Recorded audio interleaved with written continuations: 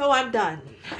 I'm done cooking. I'm done cleaning. So the 5 types of narcissists I'm going to tell you about is very, very important.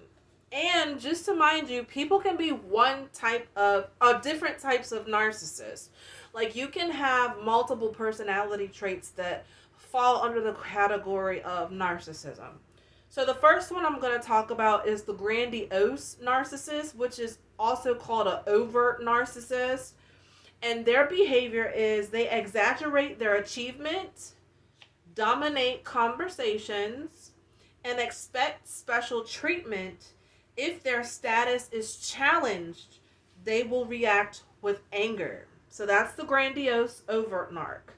They like to exaggerate. They like to say that they have achieved a certain thing, which is fine to let someone know, hey, you're proud of yourself. Hey, I did this and I graduated from here, or I have made this milestone, but they exaggerate it.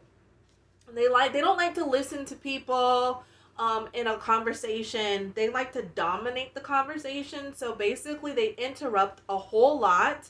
Not only do they interrupt a whole lot, they some people interrupt because they have ADHD and their attention span causes them to interrupt. But with the narcissist, they interrupt because they don't care about what you have to say. They just want you to hurry up and finish so that they can go back to saying what they want to say. And if they're challenged, it'll show because they'll result to anger and aggression. So the next narcissist is the opposite of the overt narcissist. It's called the covert narcissist. They are the ones that's kind of passive aggressive. They try to make you feel sorry for them and manipulate others. They seem kind of shy.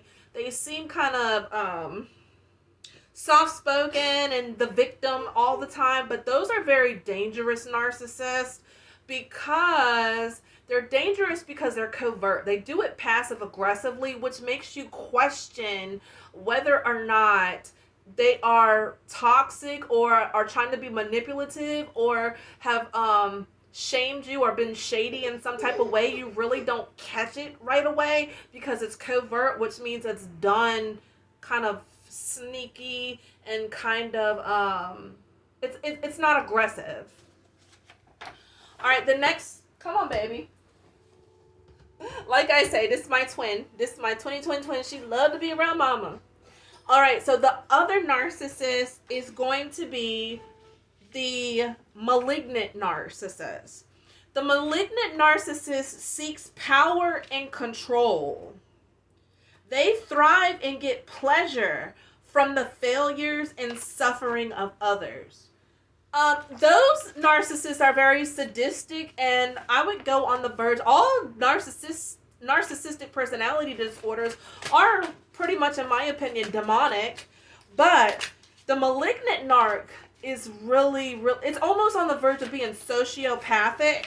So when you like other people to suffer. You like them to suffer. You like them to fail. Say, for instance, an example of a malignant narcissist would be someone, if you're on your deathbed or you have cancer, they'll come to the hospital to see you, not because they genuinely want to see you. They come to the hospital because you're doing bad and they feed off of it and they love it.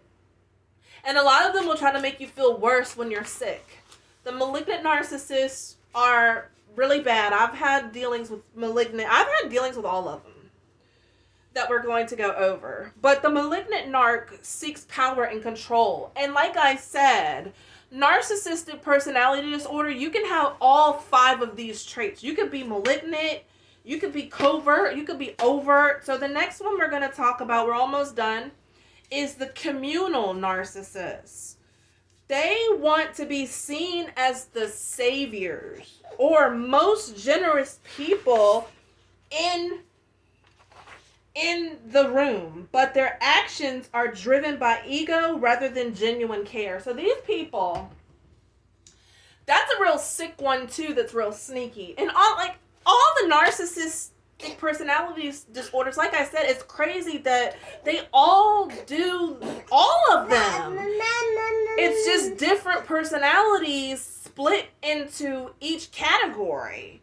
So the communal narc wants to be seen as the savior. So there's somebody who, say for example, your car may break down, but the communal narcissist is going to act like they want to help you with the car that broke down, but at the same time be toxic and sneaky behind it. They may act like they're fixing your car for you and go and cut a wire or something after they fixed it, so you'll have to go back to them and to rely on them, and they may seem like a savior, just for example. Now the last narcissistic personality disorder is called antagonistic narcissist. So they always create conflict in personal and professional relationships and view interaction as a game that they want to win. So that's totally fake. They want to basically just see if you will be their friend or be in a relationship with them just so that they can win, which is what all narcissists pretty much do. But anyway, thank you for listening. I had a few videos I made today, so thank you for tuning into all of them. And like I say, stay narc free, and I'm here to bring awareness.